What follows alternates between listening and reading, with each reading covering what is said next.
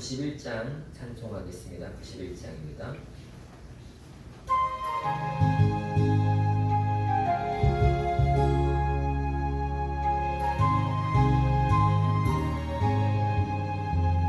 슬픈 마음 있는 사람 예수 이름 믿으며 영원토록 변함없는 기쁜 마음 얻으리. 예수의 이름을 세상의 소망이요 예수의 이름을 천국의 기쁨일세. 거룩하신 주의 이름 너의 방패 삼아라. 환난 시험 당할 때에 주께 기도드려라. 예수의 이름은 세상의 소망이요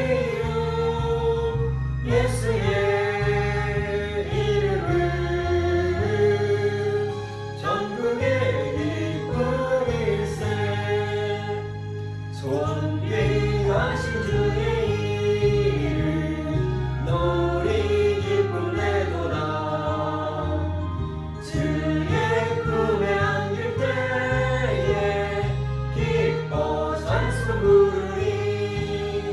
예수의 이름은 세상의 소망이요 예수의 이름은 천국의 기쁨일세. 우리 갈 길 나간 후에 보좌 앞에 나가 왕의 왕께 경배하며 멸류관을 드리리. 예수의 이름은 세상의 소망이요 예수의 이름은 천국의 기쁨일세. 아멘. 하나님 말씀 보시겠습니다.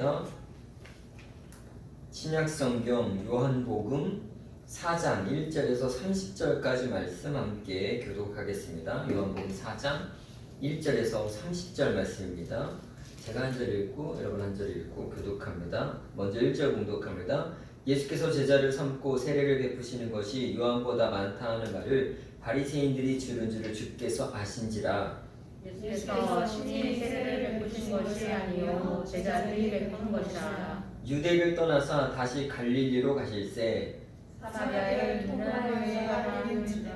사마리아에 있는 수가라는 동네에 이르시니 야곱이 그 아들 요셉에게 준 땅에 가깝고 거기 또 야곱의 우물이 있더라. 예수께서 길 가시다가 피곤하여 우물 곁에 그대로 앉으시니 때가 6시쯤 되었더라. 사마리아 여자 한 사람이 물을 기르러 왔음에 예수께서 물을 좀 달라 하시니 이는 제자들이 먹을 것을 사러 그 동네에 들어갔으리라. 사마리아 여자가 이르되 당신은 유대인으로서 어찌하여 사마리아 여자인 나에게 물을 달라 하나이까 하니 이는 유대인들이 사마리아인과 상종하지 아니함이로라. 예수께서 대답하여 이르시되 내가 만일 하나님의 선물과 또 내게 물 좀 달라 너희가 누구인 줄 알았더라면 내가 그에게 구하였을 것이요 그가 생수를 내게 주었으리라. 여자가 이르되 주여 물 기를 그릇도 없고 이 물은 깊은데 어디서 당신이 그 생수를 얻겠사옵나이까.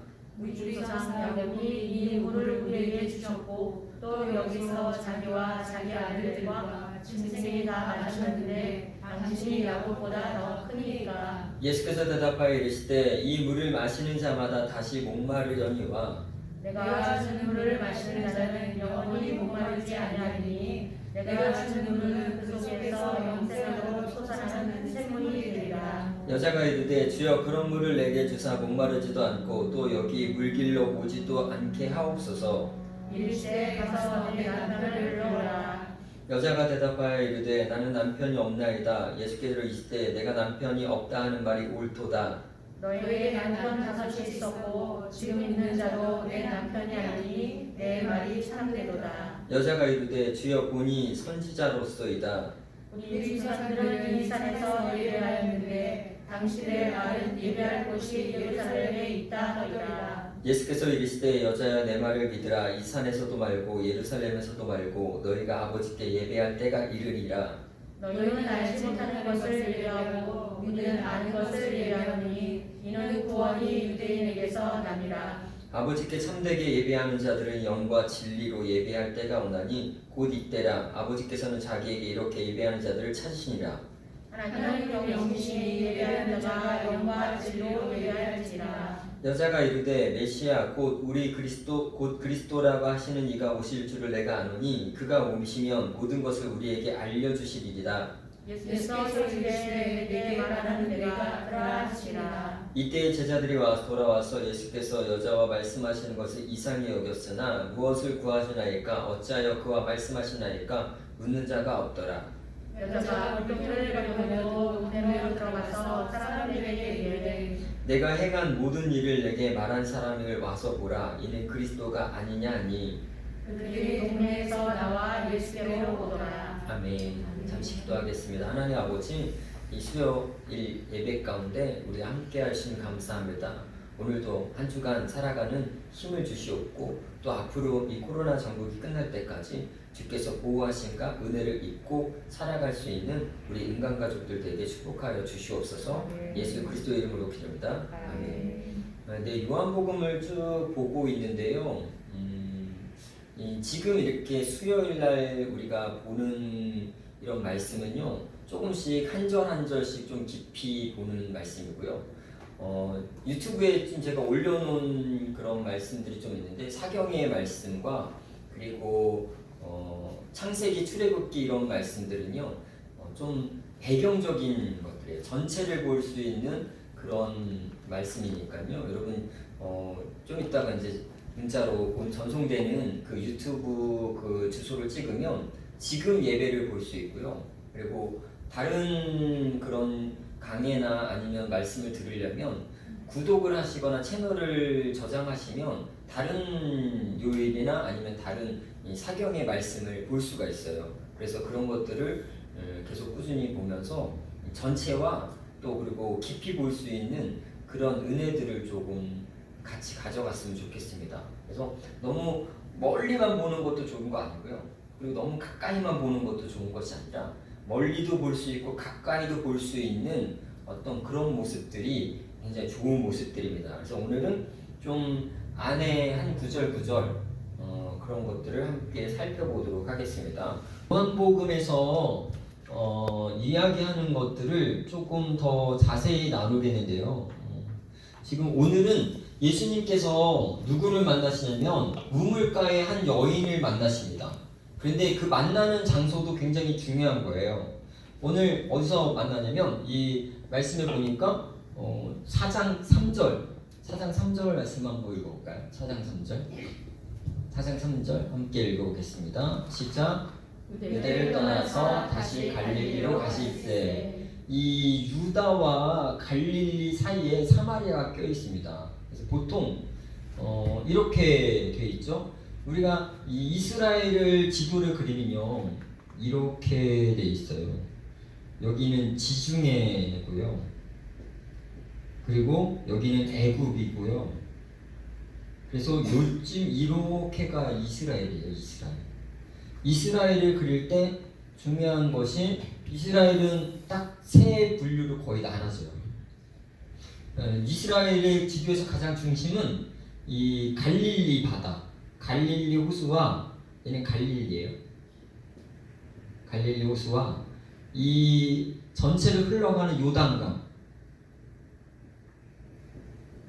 그리고 조금 갈릴리 호수보다 더 큰 사해바다,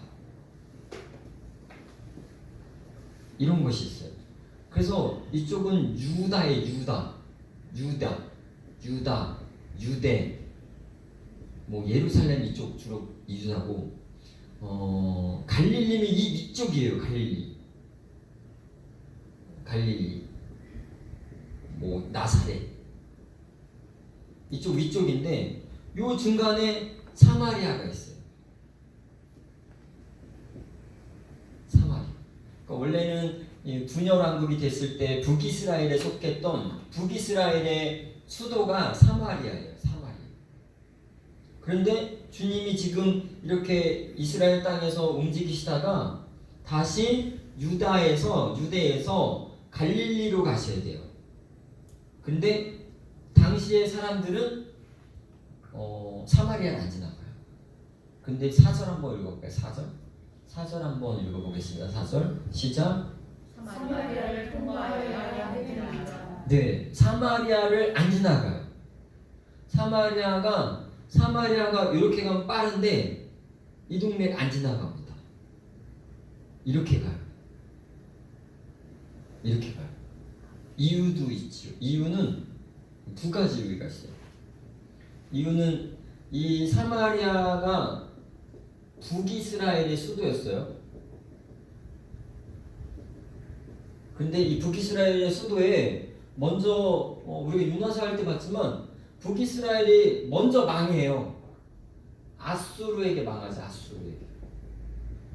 아수르에게 멸망당합니다. BC 722. 그런데 그 요나서 할 때 얘기했지만 아수르는 굉장히 지독한 어떤 민족이라서요. 몰살시켜버려요. 다. 거의 아마 남자들은 다 죽였을 거고 여자들은 어떻게 하냐면 여자들은 다 끌어가지고요. 자기 지역에 못 살게 만들고요. 다 곳곳에 다 흩어버려요. 그러니까 아마 이 사마리아도 아수르의 지배를 받으면서요. 민족이 유대 민족이 없어지고 다 혼혈 민족이 됐어요. 그러니까 이 유대인들끼리 결혼하는 일이 없어요. 다 바꿔버렸어요. 다 남자들 죽이고 여자들은 다 이방인 족속들 데리고 와서 다 해갖고 결혼을 정책을 해갖고 한마디로 굉장히 어떻게 보면 비참한 뭐 옛날에 우리나라 뭐 일본에게 그렇게 막 끌려다니듯이 그때 어떤 인권도 없고 뭐 주권도 없을 때 그때 당시처럼 이 사마리아가 그렇게 됐어요. 근데 더 심했어요. 그래서 이 사마리아에는 정통 유대인이라고 얘기하는 사람 아무도 없는 거예요. 정통 유대인으로 바라보는 사람이 아무도 없어요. 아무도 없어서 정통 유대인들은 이 사마리아 땅을 유대 땅으로 보지 않는 거죠. 구원을 받을 땅으로 보지 않아요. 저주받은 땅이다. 그래서 안 지나다니는 거예요. 상종을 안 하는 거예요. 그리고 또 한 가지 이유가 있습니다. 이런 이유가 있고 두 번째 이유가 말씀 한번 에스라서 4장 2절에 보면요. 에스라서 4장 2절 한번 볼까요? 에스라 4장 한번 읽어보겠습니다. 시작. 스룹바벨과 족장들에게 나와 이르되 우리도 너희와 함께 건축하게 하라. 우리도 너희같이 너희 하나님을 찾노라. 아수르 왕의 사원능이 우리를 이리로 오게 한 날부터 우리가 하나님께 제사를 드리려고 하노라니. 얘네들이 누구냐면 지금 이 상황은 이 에스라 상황은 누구냐면 우리가 나중에 제가 에스라 상황까지 해줄 수 있을지 모르겠네요. 근데 에스라 상황이 뭐냐면 포로기에 귀환을 합니다. 포로 생활하다가 70년 뒤에 하나님의 은혜로 귀환을 하죠. 그때 이 스룹바벨이라는 사람이 유대의 총독이 되면서 이 스룹바벨이 성전을 재건해요. 느헤미야는 성벽을 재건하고요. 이 스룹바벨 중심으로 성전을 다시 짓습니다. 재건을 해요. 이 스룹바벨이. 그래서 성전이 우리가 알고 있는 성전을 누가 졌냐? 첫 번째는 솔로몬이 졌고요. 두 번째 무너졌던 성전을 이 스룹바벨이 짓는 거예요. 근데 그때 사마리아인들이 나온 거예요. 아수르 얘기가 나오잖아요. 아수르 왕에 끌려갔을 때 사마리아인들이 우리도 너 성전 질 때 우리도 동참하겠다. 왜? 우리도 하나님을 이렇게 제사한다. 근데 여기서 스룹바벨과 예수아가 거절해요. 왜냐? 우린 정통성을 지킨다. 너희는 이렇게 되면서 너희 정통성 잃어버렸다. 그래서 거절해요. 거절하면서 얘네가 이 사마리아인들이 거절당했으니까 어떻게 하냐? 그래?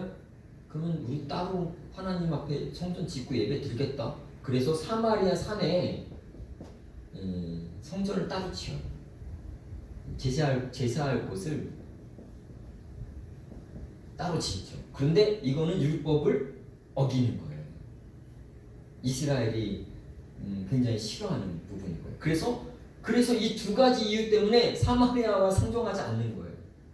너희 구원받을 백성 아니다. 너희는 율법을 어겼고 너희는 정통 유대인도 아닌데다가 성전을 예루살렘의 성전만 하나님이 지라고 했는데 다른 곳에 너희가 다른 성전을 지었으면 너희는 우상 숭배랑 다를 거 없다 라고 해서 거부하는 거예요. 그래서 얘네가 참여를 못해요. 그래서 유대 사람들이 사마리아를 안 지나다니는 거예요. 사마리아인과 상종도 안 하는 거예요. 그런데 오늘 주님이 이 사마리아로 가는 거예요. 그 정통 유대인도 안 가는데 유다의 왕, 유대인의 왕이신 예수님께서 가시는 거예요. 글로 가셔서 한 여인을 만나죠. 근데 오늘 말씀에 4장 4절 한번 읽어볼까요? 4장 4절 한번 읽어보겠습니다. 시작.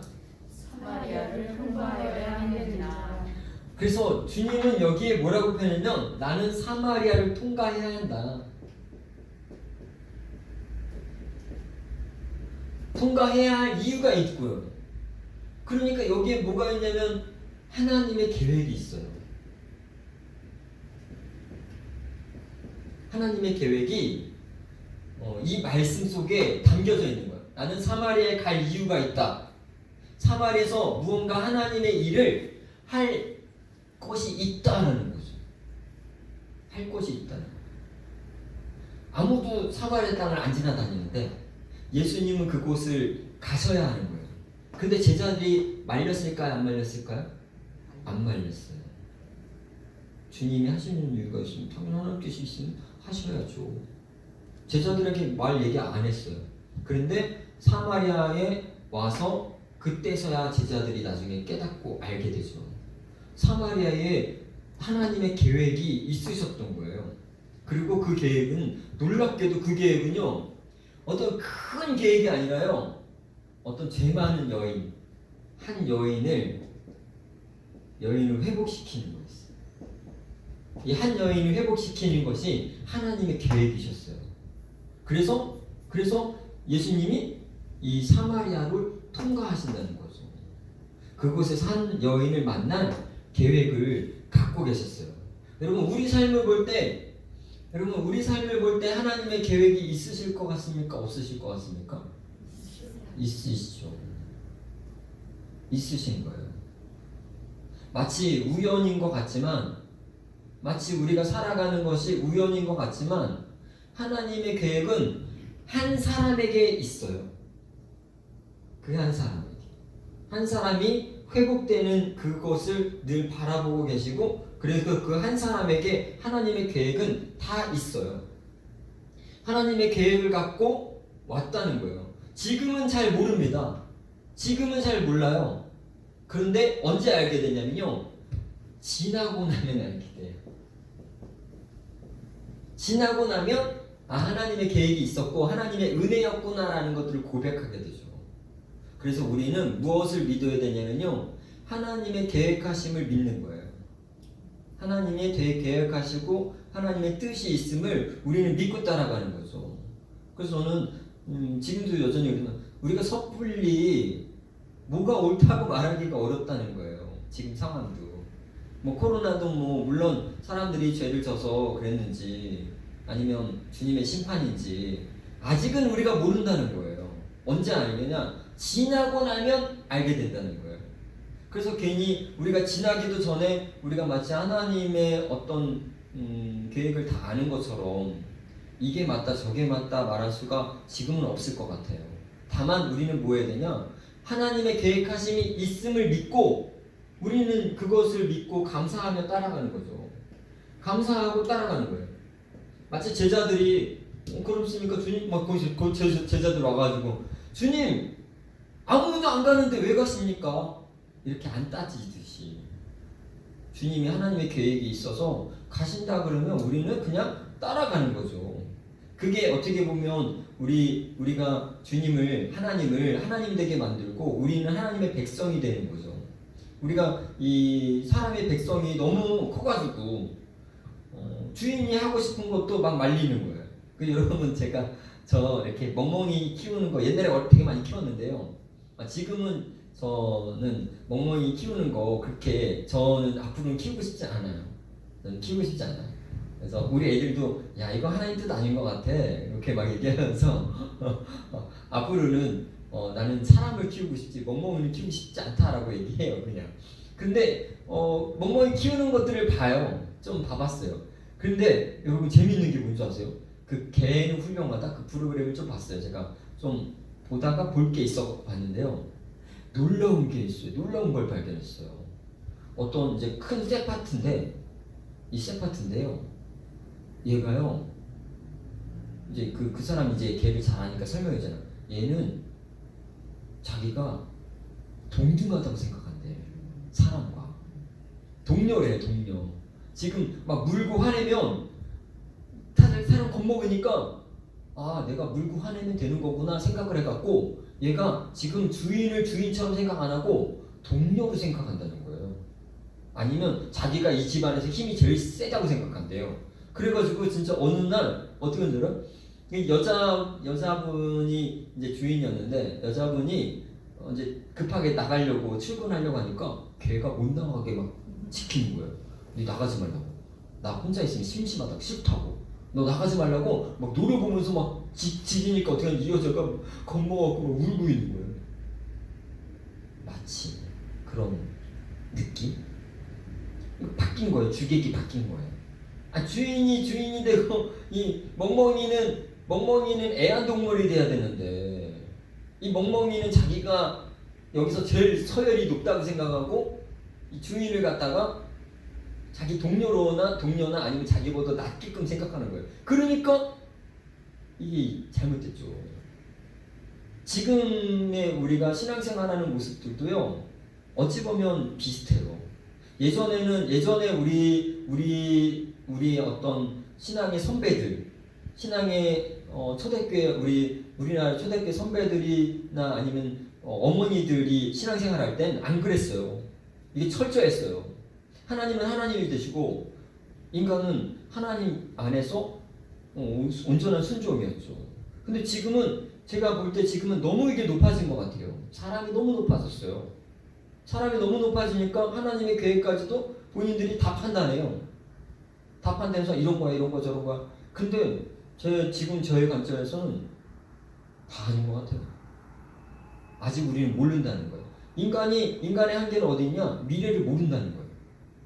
그래서 하나님의 계획은요, 지나고 나면 그때 알게 되는 거예요. 그래서 지나기 전에 뭐 해야 되냐? 그냥 감사하면서 따라갈 필요가 있는 거예요. 그러면 하나님의 계획과 은혜를 알게 되죠. 이 여인도 몰랐어요. 제자들도 몰랐어요. 그런데 대화하다가 알게 됩니다. 그래서 이 여인을 주님이 찾아오셨습니다. 4장 7절 한번 볼까요? 7절? 4장 7절 한번 읽어보겠습니다. 4장 7절 시작. 사마리아 여자 한 사람이 물을 드리러 왔으에 예수께서 물을 좀 달라 하시니 주님이 우리가 이 7절에서 좀 기억할 것은요, 여기에 정통 유대인은 절대 안 온다는 거고요.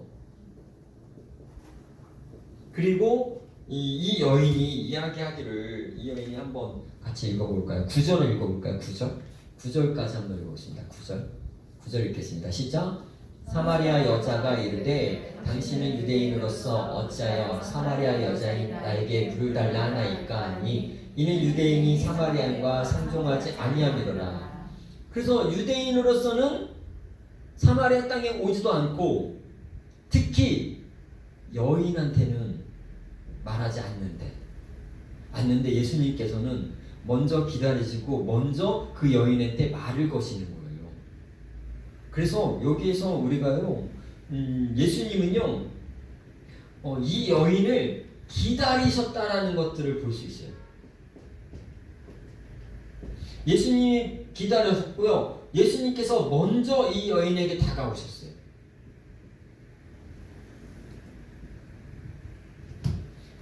예수님이 먼저 이 여인을 찾아오셨고 이 여인에게 먼저 대화를 거셨어요. 이것이 우리에게는요 은혜라는 거예요. 은혜. 여러분 누구든지 복음을 내가 먼저 찾은 사람은 없어요. 누구든지 구원과 복음과 죄의 용서를 내가 먼저 받은 사람은 없어요. 다 주님이 먼저 우리에게 다가오세요. 먼저 죄를 졌든지 안 졌든지 주님이 먼저 우리에게 다가오셔서 복음이라는 것들을 알게 하시고 그것들을 깨닫게 하시고 그 은혜들을 받게 하셔요. 이게 먼저예요. 먼저. 이걸 뭐 신학적인 어떤 용어도 있는데요. 아직 지금 기억이 안 나서 먼저 날 찾아오셨다는 거예요. 이 여인은 상상도 못할 일이에요. 먼저 찾아오셔서 이 여인에게 대화하고 이야기하시는 거예요. 먼저 우리를 찾아오셔서 먼저 복음을 알려주시고 그 은혜를 우리가 깨닫게 하는 기회를 주시고 그리고 그 은혜 안에서 살 수 있는 길을 우리에게 허락하셨다는 거예요. 먼저 우리가 먼저 한 것이 아니라 주님이 먼저 손을 내밀어서 우리가 그 손을 잡고 여기까지 왔다는 거예요. 그 먼저 받은 은혜를 여러분 감사함으로 그리고 은혜로서 여러분 살아가시기를 주의 이름으로 축원합니다. 그게 오늘날 우리를 향한 하나님의 계획이 그런 거였어요. 그러면 여기서 우리가 볼 것이 뭐냐면요, 주님이 먼저 찾아오셔서 먼저 손 내밀어서 복음을 전해줬고 이 여인에게 물과 이 여인에게 대화와 이 여인의 어떤 아픔들을 먼저 살펴주셨어요. 오늘 우리가 그 은혜를 받았다면 그러면 우리는 뭐 해야 되냐면 우리도 누군가를 먼저 찾아가셔야 돼요. 먼저 찾아가시고 먼저 손 내밀어야 돼요. 먼저 내가 널 용서할게. 먼저 내가 너를 위로해줄게. 먼저 내가 너를 도와줄게. 왜 그러냐면 그것은 주님이 우리에게 주신 것이기 때문에 그래요. 주님이 우리에게 주신 것이기 때문에 우리는 그것을 사용해야 되는 거예요. 주님이 내게 먼저 다가오셨듯이 우리도 누군가를 향해서 아니면 세상을 향해서 먼저 다가가야 돼요. 그들이 손 내밀 때 우리가 그걸 잡는 것은 어찌 보면 우리가 너무 그 높은 위치에서 그들을 섬기는 것이 아닐 수도 있어요. 우리가 먼저 도움이 필요한 사람들한테 교회가 먼저 찾아가야 되는 거예요. 주님의 은혜로. 내가 먼저 화해가 필요한 사람, 용서가 필요한 사람한테 먼저 찾아가서 용서해주고 화해를 해야 되는 거예요.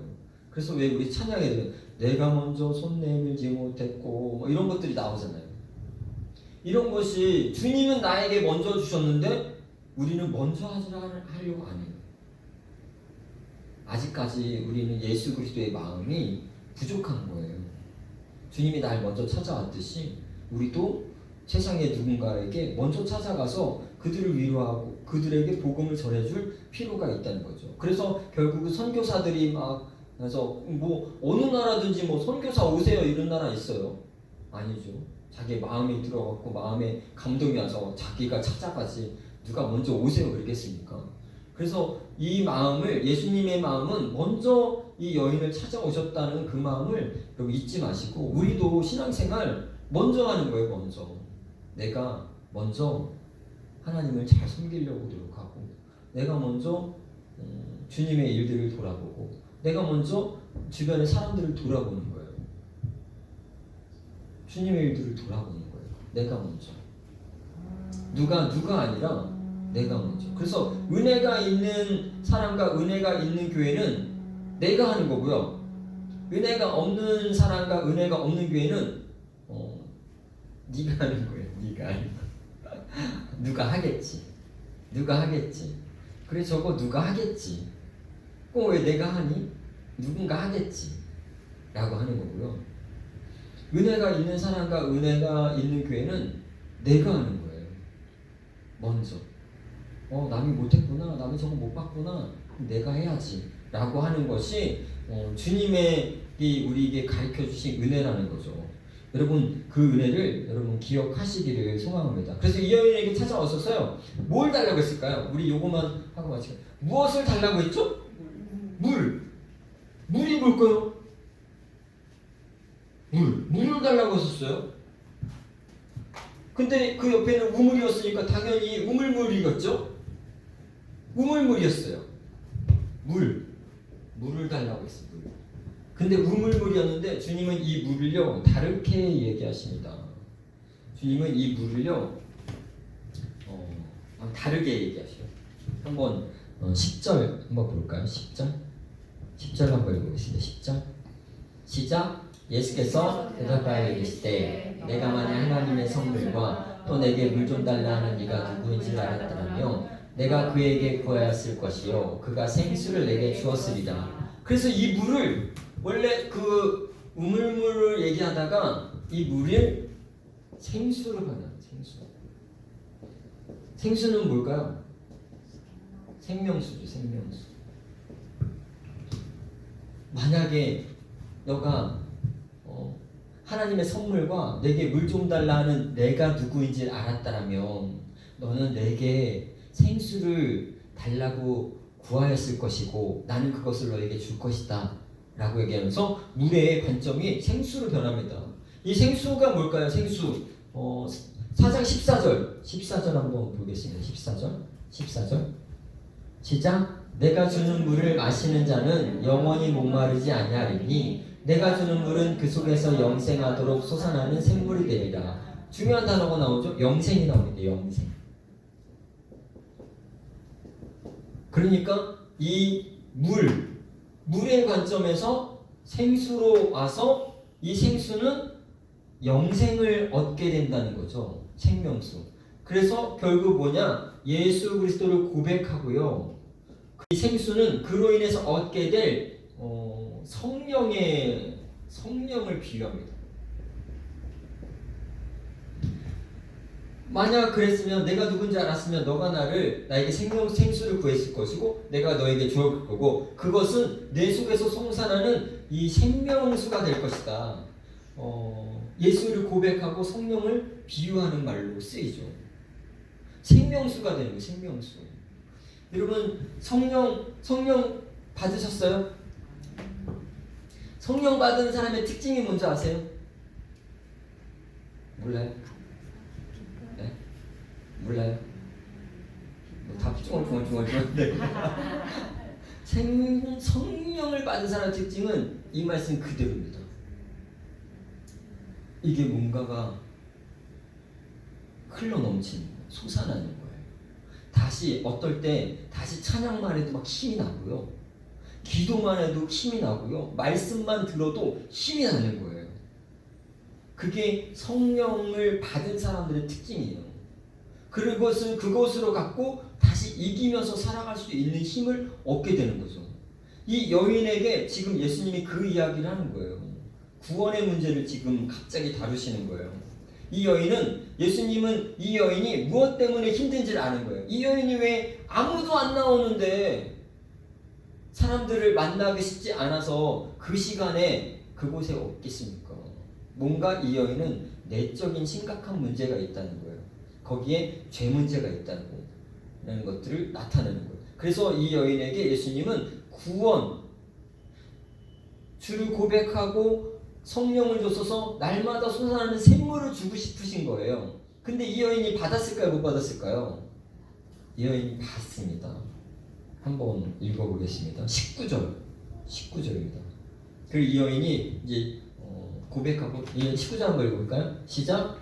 여자가 이르되 주여 내가 보니 선지자소이다. 선지자. 그러면서 이제 쭉 그리스도가 오시는 것들에 대해서 딱 얘기해요. 그리고 한번 29절 한번 보겠습니다. 29절 한번 보겠습니다. 28절 28절부터 29절 한번 28절부터 29절 읽어보겠습니다. 시작. 여자가 물동이를 버려두고 동네로 들어가서 사람들에게 이르되 내가 행한 모든 일을 내게 말한 사람을 와서 보라. 이는 그리스도가 아니냐 하니. 이 여인이 고백합니까 안 합니까? 고백하죠. 성경은 뭐라고 표현하죠? 예수를 고백하는 자마다 하나님의 선물 성령을 받는다라고 말씀하십니다. 그래서 이 여인은 예수님을 고백하면서 성령을 받았어요. 받았더니 28절 다시 넘겨볼까요? 28절에 뭐랬어? 물동이를 버려두고 동네에서 사람들을 만나기 시작해요. 이 여인은 사람들을 만나기 싫어서 이 우물가에 아무도 없을 때 왔는데 이 여인이 갑자기 사람들을 만나기 시작했어요. 이 여인이 뭔가 변화됐다는 거죠. 용서함을 받았고 기쁨을 받았고 주님 말씀하셨던 마음속에서 쏟아나는 어떤 생명수 같은 것을 얻었다는 거예요. 그러니까 거리낄 것이 없고 하나님 앞에 사람들 앞에 이 그리스도를 증거하고 싶어서 나와서 그리스도가 아니냐 와서 한번 봐봐라 그는 그리스도다 라는 것들을 이야기하게 돼요. 그래서 여러분 이 예수님이 사마리아 땅에 가시는 이유는 이 여인에게 생수를 주기 위해서. 그리고 이 여인이 생수를 받는 방법은 예수를 고백하고요. 그리고 성령을 받습니다.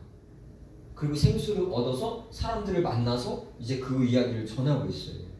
오늘 우리도 어떻게 살아가야 되냐면요. 주님을 항상 고백해야 돼요. 그리고 고백하실 때 우리 이거를 빼먹지 않으셔요. 주님이 먼저 나를 찾아오셨습니다. 주님 나를 먼저 회복시키셨습니다. 그리고 주님의 은혜로 내가 삽니다. 라는 것들을 고백하고 그리고 주는 그리스도시여 살아계신 하나님의 아들임을 내가 믿나이다 라는 것들을 언제든지 어떤 상황이든지 고백하셔야 돼요. 그러면 그 안에서 솟아나는 생명수 같은 이 영생을 얻게 하는 그런 고백들이 나오게 되고요. 그 고백들이 결국 성령의 인도하심을 받게 만듭니다. 그래서 이 여인은 큰 문제가 많았는데 그게 갑자기 없어졌어요. 갑자기 없어져서 막 정말 행복하게 기쁘게 살아가는 거예요. 그런 모습으로 사는 이 여인을 바라봤을 때 그때 주님은 기뻐하시죠. 그때 우리가 다음 주에 좀 볼 건데 이 여인이 간 다음에 제자들이 왔을 때 이 여인과 하나님의 일들에 대해서 예수님이 말씀하시는 것들이 있어요. 그래서 그 은혜를 우리 잊지 말고 기억하시고 우리도 지금 어떻게 살아야 되냐면 우리 안에서 예수님이 있고 우리 안에 성령님이 있으면 우리는 그 은혜로 살아야 되는 거예요. 그 은혜로. 뭐 비대면이잖아요. 대면 안 되고 비대면이면 지금 어떻게 살아야 되냐면 우리는 그 은혜로 각자의 위치에서 잘 살아야 되는 거예요. 안 그러면 믿음이 떨어져 버리는 거죠. 지금은 신약 시대잖아요. 예수님 시대이기 때문에 우리 공간이 그렇게 중요한 시대는 아닌 거예요. 공간의 제약을 받지 말고 내 안에 계신 성령의 은혜로 예수 그리스도의 이 고백으로 그렇게 살아가는 저와 여러분 되기를 주의 이름으로 축원합니다. 그리고 그렇게 고백된 사람, 회복된 사람에게 특징이 나타납니다. 뭐냐면 여러분 그 20절이에요. 20절 한번 읽어보겠습니다. 20절 한번 읽겠습니다. 시작. 우리 조상들은 이 산에서 예배하였는데 당신들의 말은 예배할 것이 예루살렘에 있다 하더라. 그러니까 아까 처음에 설명했던 그거죠. 사마리아는 예배할 곳이 없어가지고 사마리아 산에다가 만드는 거예요. 그래서 이 여인도 기다리는 거예요. 하나님을 예배하는 걸 기다렸던 여인이에요. 그러니까 주님이 찾아왔죠. 그리고 예수님한테 물어보는 거예요. 주님 정말 이 산에서 예배하는 게 옳습니까? 아니면 예루살렘에서 우리 안 받아주는데 안 받아줘도 예루살렘까지 가서 예배를 드리는 것이 옳습니까? 라고 물어보는 거죠. 예수를 고백하는 사람, 성령을 받은 사람들은 뭐가 갈급하고 뭐가 있어야 되냐면 예배인 거예요. 예배. 이 예배하는 거예요. 하나님을 만나는 시간. 이 만나는 시간이 꼭 필요한 거예요. 그래서 진정한 회복은 여기서 나오는 거죠. 하나님을 만났을 때 진정한 회복과 은혜가 나오는 거예요. 예수님을 만난 이 여인처럼 말이에요. 그래서 앞으로도 예배를 통해서 내가 주님을 고백하고 이 생수를 잘 얻길 원합니다. 예배할 곳이 어디 있습니까? 얘기했을 때 주님이 아주 정말 맞는 말씀을 하시죠. 뭐라고 합니까? 21절 한번 볼까요? 21절 시작. 예수께서 이르실 때 여자여 내 말을 믿으라. 이 산에서도 말고 예루살렘에서 말고 너희가 아버지께 예배할 때가 이르리라. 그러니까 뭐예요? 이 장소의 개념은 아니라는 거예요. 여기서도 말고 예루살렘에서도 중요한 것이 아니다. 22절 넘겨볼까? 22절 시작. 너희는 알지 못하는 것을 예배하고 우리는 아는 것을 예배하니 이는 구원이 유대인에게는 아니라. 이거 사실 조금 더 깊게 가고 싶은데 지금 시간이 별로 없어요. 주님이 말씀하시는 게 무슨 의미인지 아시겠습니까? 알지 못하는 것을 예배한다는 거예요. 수많은 사람들이 제대로 되지 않은 것들을 예배하며 산다는 겁니다. 지금 시대도 마찬가지고. 기준이 어디 있는지 아세요? 여러분, 지금 기준은, 제가 볼 때 지금 기준은 각자의 마음이에요. 각자가 생각하는 게 다 기준이에요. 주님은 그거 아니라고 하죠. 너희는 알지 못하는 것을 예배하고 있다. 우리는 아는 것을 예배하니 이는 구원이 유대인에게로부터 나왔기 때문이다. 그러니까 지금 예배하는 모습을 조금 정정해야 된다는 거예요. 바꿔야 된다는 거예요. 어떻게 바꾸라 하면 한번 보세요. 23절 24절이 핵심이죠. 시작. 아버지께 참되게 예배하는 자들은 영과 진리로 예배할 때가 오나니 곧 이때라. 아버지께서는 자기에게 이렇게 예배하는 자들을 찾으시니라. 하나님은 영이시니 예배하는 자가 영과 진리로 예배할지니라. 그래서 주님이 말씀하시는 건 이거죠. 아버지께 예배할 자는 마음과 성령의 감동함으로 그리고 말씀의 중심으로 나와서 예배하는 것이다 라는 것들을 오늘 우리에게 얘기하는 거죠. 여러분, 참되게 예배하는 자, 지금 뭐 온라인으로도 참되게 할 수 있습니다. 근데 정말 참돼야 돼요. 내가 생각할 때 참되지 않은 것 같은데 그냥 그렇게 드리고 있다. 그거 참된 예배 아니에요. 때우기죠. 때우기. 솔직히 때우기죠. 뭐. 때우기식 예배죠. 물론 그래도 안 하는 것보다 안 듣는 것보다 나아요. 하지만 참된 예배를 하나님은 원하시고 찾으신다는 거죠. 길지 않더라도 짧게라도 참된 예배가 될 수 있도록 하셔야 됩니다.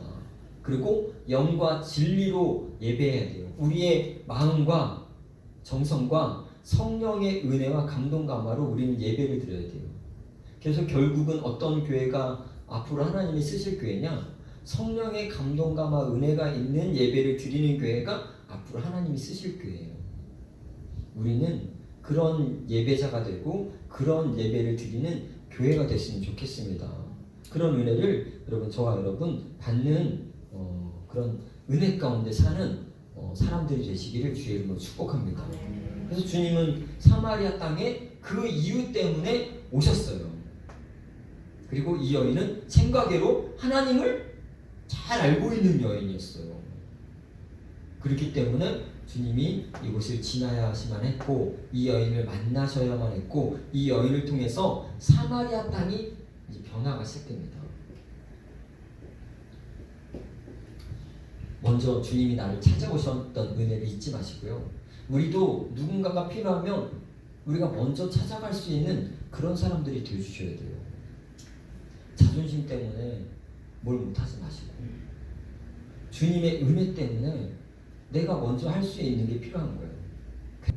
다른 말씀은 다음 주에 하고 제가 기도하고 마치겠습니다. 여러분, 기도하실 때 정말 오늘 말씀처럼 주님이 나를 먼저 찾아오신 은혜, 그리고 주님이 내게 생수를 주셨다는 거 잊지 마시고 우리 지금 이 시기에도 생수와 같이 이렇게 날마다 은혜로 살아갈 수 있도록 기도하겠습니다. 하나님 아버지, 죄인이었는데 죄를 짓고 있었는데 주님이 먼저 저를 찾아오셨고 죄를 용서해 주셨고 주님이 쓰시기에 합당한 사람으로 만들어 주셨습니다.